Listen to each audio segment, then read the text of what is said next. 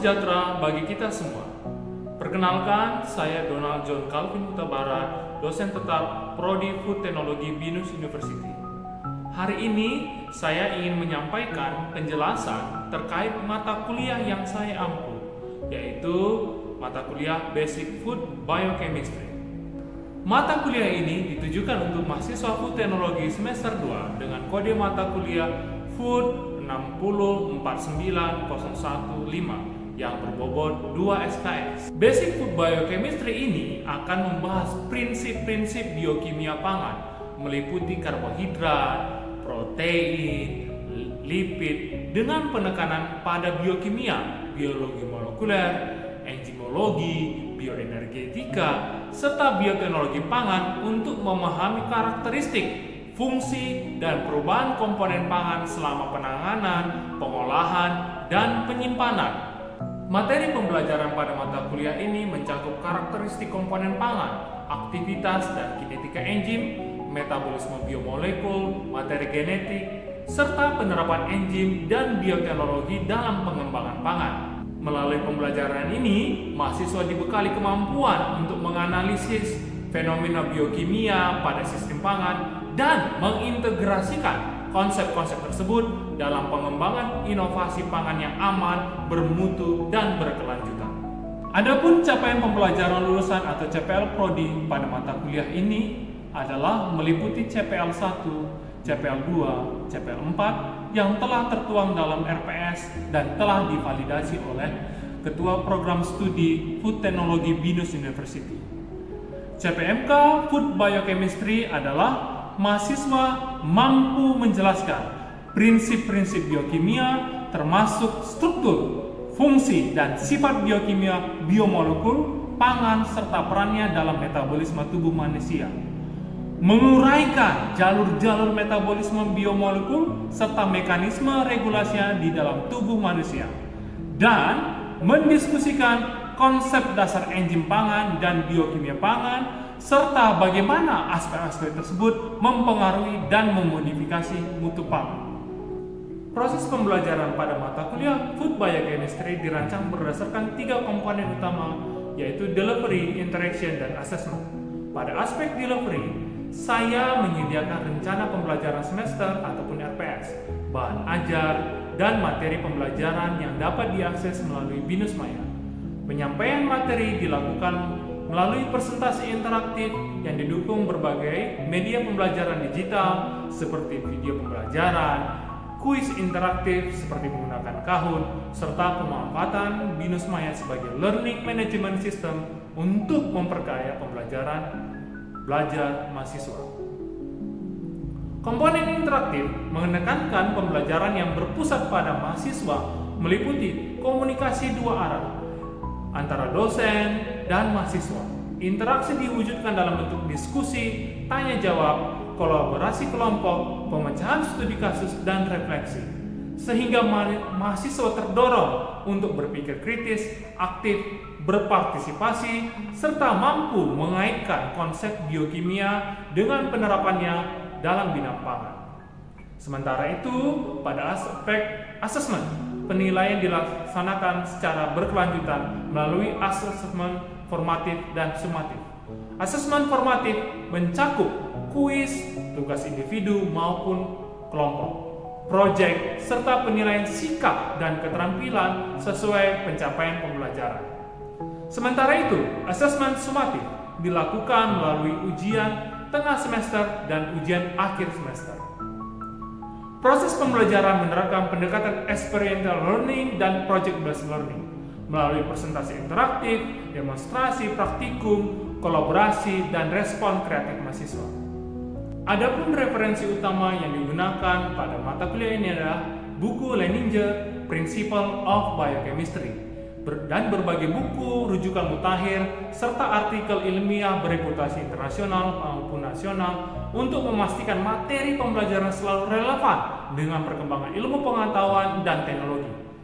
Berikut adalah dokumentasi proses pembelajaran Food Biochemistry pada materi Food Enzyme di sesi 11. Selamat menyaksikan. Oke, selamat pagi semuanya. Pagi, Pak. Sehat ya semua?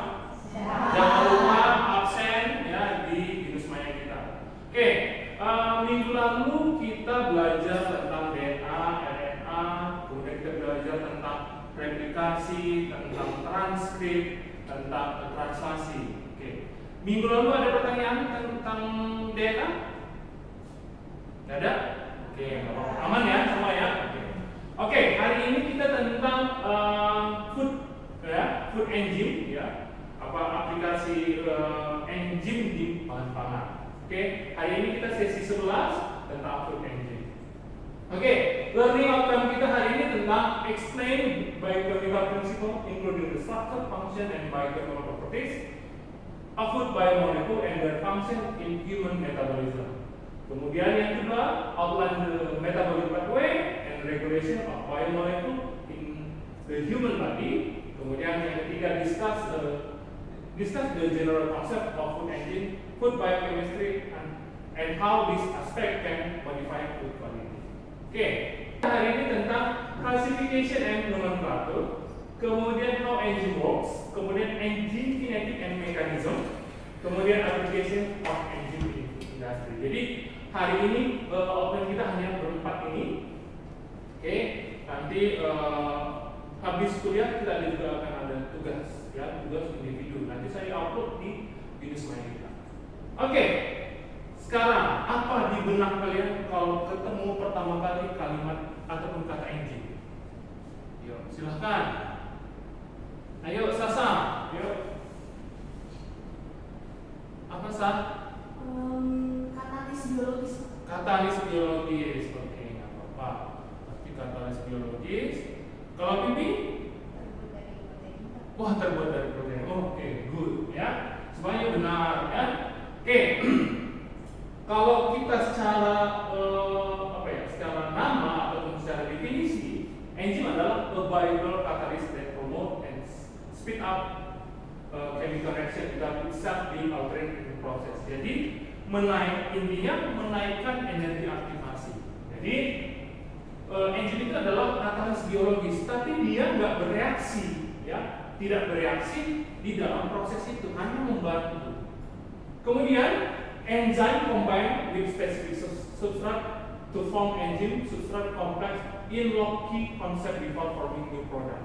Jadi reaksi enzim itu, ya, nanti dia akan bertemu dengan substrat. Ketika bertemu dengan substrat, dia akan menghasilkan kompleks long NG. Ini salah satu konsepnya.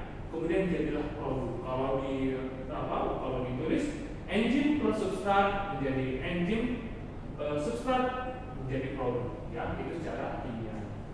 Oke, enzim are central to every biochemical process. Jadi kalau nggak ada enzim, ya, proses metabolisme itu nggak bisa berjalan, ya. Kamu ingat kalau glikolisis, kemudian metabolisme lipid, kemudian metabolisme protein, itu meliputi adanya enzim. Kalau nggak ada enzim nggak bisa. Ya, apa yang berkaitan dengan metabolisme pasti harus ada enzim. Kemudian meningkatkan atau mengakselerate, ya, reaksi menjadi lebih tinggi lagi, lebih besar lagi, ataupun menaikkan ataupun menurunkan energi aktivasi tadi. Oke. Kemudian ada specific engine, ya, specificity of action, specificity of to the temperature, and sensitivity to pH. Jadi engine ini punya specific action, punya sensitivitas terhadap temperatur, dan punya sensitivitas terhadap pH. Kenapa dia punya sensitivitas terhadap temperatur dan pH? Karena dia protein. Ingat waktu kita di protein metabolism, protein punya suhu minimum, suhu maksimum, suhu optimum. Sama dengan pH. Oke, tadi saya ada lupa, ya. Enzim itu adalah menurunkan energi aktivasi, bukan menaikkan energi aktivasi, tapi menurunkan energi aktivasi. Oke. Dari sini ada pertanyaan terkait enzim pengertiannya. Nanti kita ada kuis lo di pertengahan, jadi harus bisa menjawab, ya. Oke. Oke, selain itu kita masih di introduction. Some enzyme require no chemical groups for activity other than their amino acid residue. Oke, sorry. Ini ada gangguan. Some enzyme require no chemical groups for activity other than their amino amino acid residue. Maksudnya apa Pak sebenarnya? Oke, saya jelaskan. Simpelnya, enzim itu ada dia membutuhkan kofaktor, ada dia membutuhkan koenzim untuk aktivitasnya. Kalau kofaktor, misalnya ada enzim, contoh ini enzim. Enzim ini belum bisa bekerja kalau tidak ada kofaktor, kalau tidak ada koenzim. Bedanya kofaktor dan koenzim apa Pak? Kalau kofaktor dia bentuknya inorganic ion, ya bentuknya metal. Oke, kalau koenzim dia bentuknya protein. Jadi kalau ada koenzim dan ada kofaktor dia baru bisa aktif. Ya, tapi bisa nggak Pak? Misalnya enzimnya harus ada kofaktor, ada koenzim bisa, baru aktif ya.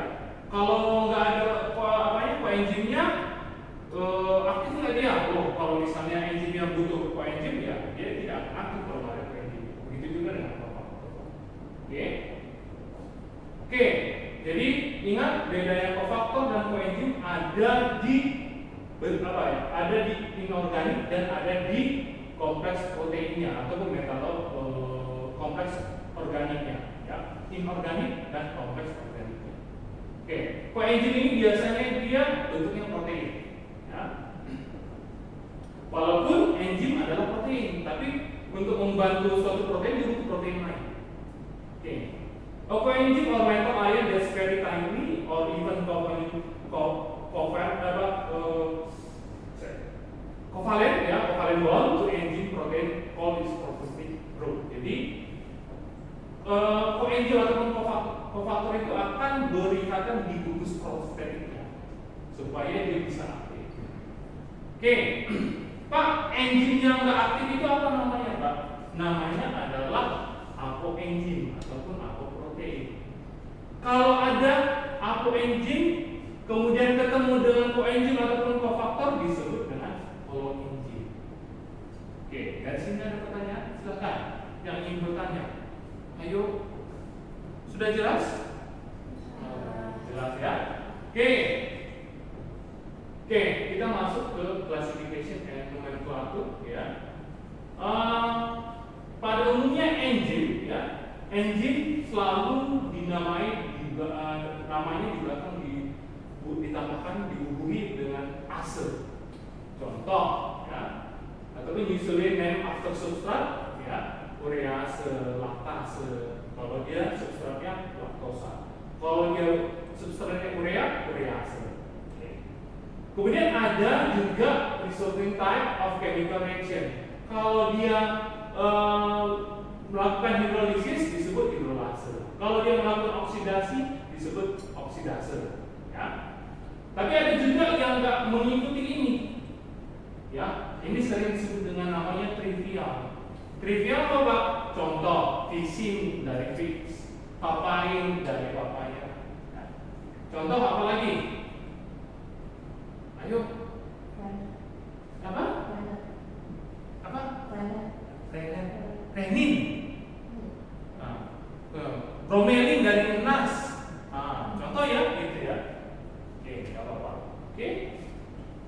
Jadi nanti kalau nanti ditanya nomenklaturnya apa Pak? Biasanya dibubuhi ase, kemudian kalau dia ada yang substratnya urea berarti urease, laktase. Kalau laktase berarti substratnya laktosa. Kalau kita bicara tentang chemical reaction-nya, hidrolisis, hidrolase, oksidasi, oksidase. Itu dia. Oke, jadi ada 3 sebenarnya ya secara nomenklatur berdasarkan substrat, berdasarkan chemical reaction, kemudian ada trivial name-nya. Oke. Tapi ingat, ada secara prinsipal international classification-nya. Oke. Principle of international classification dari enzim. Ada 6 kelas enzim. Ada oksidoribukase, ada transferase, ada hidrolase, ada liase, ada isomerase, ada liase. Oke, beda-bedanya apa Pak?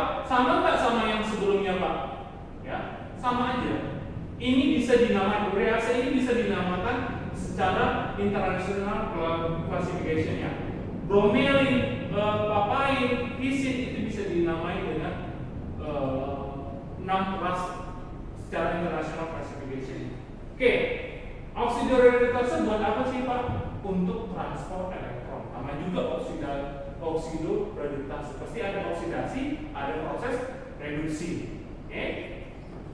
Kemudian transferase, ada grup transfer, ada gugus ataupun grup yang ditransfer. Kemudian ada hidrolase, ada melakukan apa? Hidrolisis, transfer of functional group to water. Ya. Kemudian ada liase, additional group to double bond or formation double bond by removal of group. Jadi dia bisa membuat double bond ataupun memecah double bond, itu biasanya liase. Kalau isomerase kan kita pernah belajar tentang glikolisis ya. Banyak sekali kita bicara tentang isomerase ya. Kemudian ini transfer group within molecule to yield isomeric group ya, isomer ya, membentuk suatu isomer. Kemudian ada ligase, membentuk gugus C dengan C, C dengan S, C dengan O ataupun C dengan F. Ya, biasanya ligase ini membutuhkan ATP, by condition reaction coupled to ATP.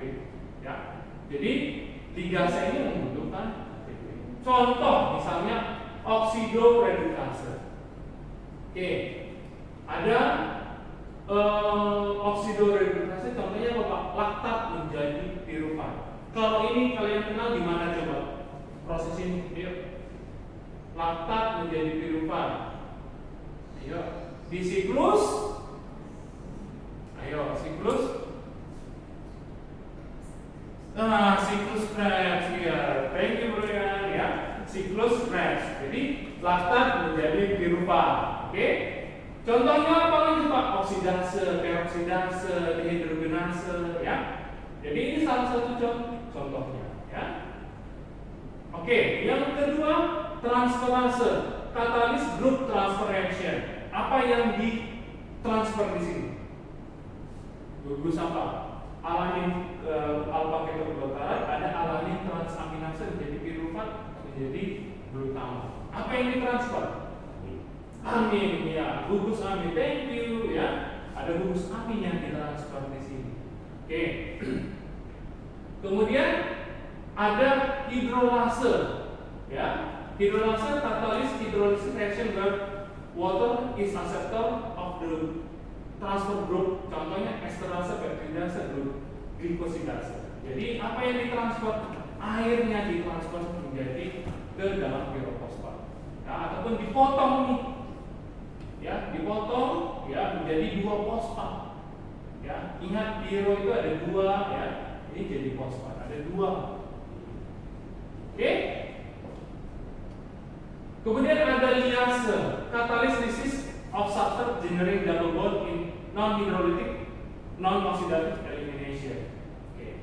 Contohnya Pak, pirufat menjadi asetildehid ataupun karbon dioksida. Jadi ada pirufat dehidrogenase membuat double bond, ya, mentransfer double bond ataupun ingat generating double bond in non-hydrolytic non-oxidative elimination. Ya, jadi ingat liase itu ada berkaitan dengan double bond. Oke, isomerase, nah, ini gampang, ya, gampang sekali kita lihat isomernya. Ya, ada yang L-glukos, ada D-glukos, ya. Ini ada, ini merupakan apa? Alanin dan D-alanin. Ada alanin resmase, ya namanya. Tapi mungkin ini kita kan tidak akan kita temui di pembelajaran kita, ya, karena ini jarang sekali kita pakai. Oke. Kemudian ini ligase. Ini yang tadi saya bilang, ligase ini spesifik ya. Apa yang dispesifikkan? Dia membutuhkan ATP, require chemical energy. Contohnya ATP. Dari L-glutamat menjadi glutamin. Jadi butuh ATP, ya. Namanya apa Pak? Glutamin sintase. Kenapa sintase Pak? Karena dia membentuk glutamin, ya. Jadi Pak, kenapa nggak glutamase gitu ya? Itu sudah apa ya? Sudah by trivial namanya, ya, namanya glutamin sintase. Karena yang dibentuknya adalah si glutamin. Oke. Dari yang keenam tadi Silakan. Ayo, yang ini tanyakan dari ke-6 yang tadi tentang oksidoributase, transferase, hidrolase, liase, isomerase, dan ligase. Ada pertanyaan? Silakan. Saya ingin bertanya Pak, tadi itu kalau misalnya saya bahas lebih dalam lagi boleh nggak Pak mengenai hidrolisis? Maksudnya kamu bahan? Jadi kalau misalnya pertanyaan saya bagaimana struktur 3 dimensi situs aktif pada amilase menentukan spesifikasinya terhadap ikatan alfa 14 gliskosidik pada pati, namun tidak dapat menghidrolisis selulosa. Yang di? Kalau misalnya kayak pertanyaannya sih Pak, supaya lebih dalam lagi memahami tentang kenapa tidak bisa memotong ibaratnya gitu ya? Oke. Contoh gini aja. Contoh itu terkait dengan struktur dari si substratnya. Ya. Kalau misalnya dia nanti kita akan pelajari ada sistem lock and key ya.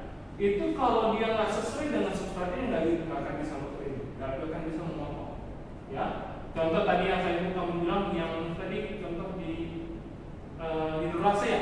Hidrolase. Ini walaupun dia bersifat hidrolase atau hidrolisis lah gitu, tapi substratnya nggak cocok, dia tidak akan bisa memotong.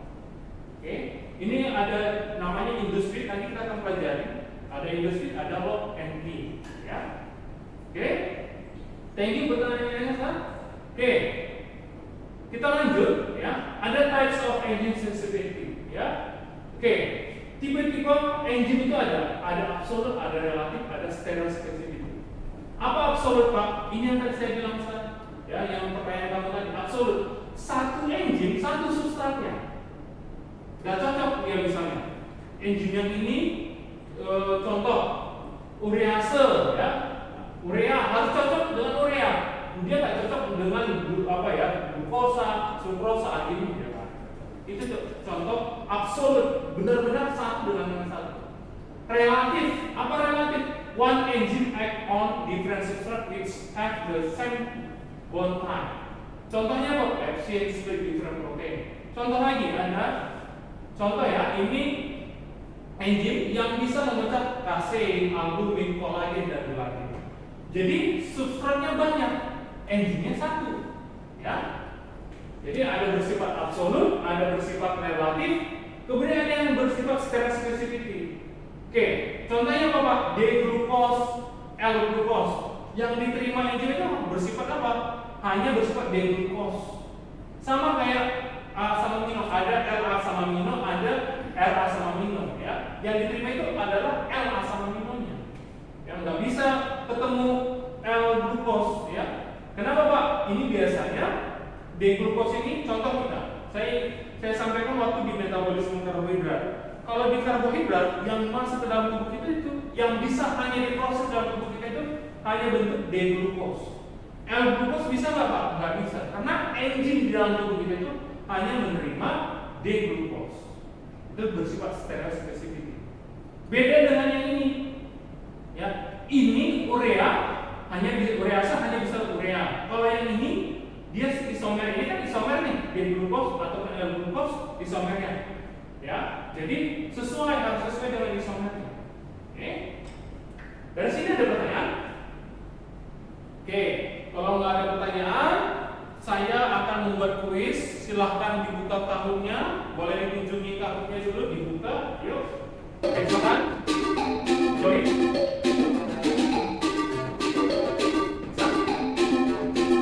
Bisa? Oke, pertanyaan pertama. Masih. Kuis ini dan spesifikasi. Double point langsung ya. Apa fungsi utama enzim dalam sistem biologis?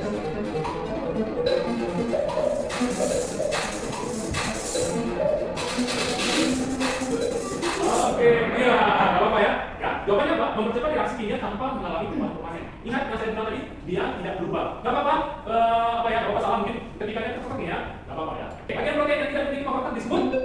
Jawab. Oke, nggak apa-apa, langsung dijawab. Oke, jawab. Ya, jadi bagian protein yang tidak memiliki faktor disebut dengan apoenzim. Oke, next. Ini yang merupakan energi kimia, misalnya ATP untuk menghubungkan golongan itu termasuk golongan. Lihat golongan terakhir tadi.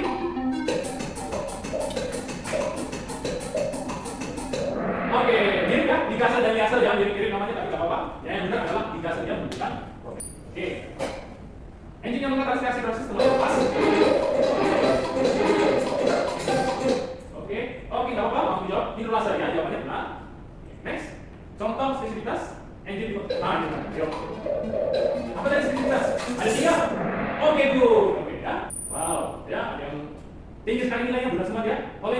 nangkap? Nah, ayo. Jangan salah. Oke, itu ya. Ya, oke, nggak apa-apa. Yang masih salah nanti belajar lagi ya. Dengan masih tangkap levelnya. Salah benar. Oke, ya salah ya. Karena ada trivial, ada yang tadi berdasarkan reaksi dan substrat. Oke. Engine dapat membentuk reaksi dan memberikan energi aktivasi. Benar, salah. Oke. Udah, begitu coba. Oke, ada PV ya. Oke. Saya lanjut. How engine works ya. Bagaimana engine bekerja? Ya, engine bekerja ada dua konsep. Ada lock and key. Ya. Kalau lock and key, substratnya harus sesuai dengan engine-nya. Begitu juga engine harus sesuai dengan substratnya. Ini simple. Ya. Yang susah itu yang mana, Pak? Yang susah itu yang ini. Ini industri.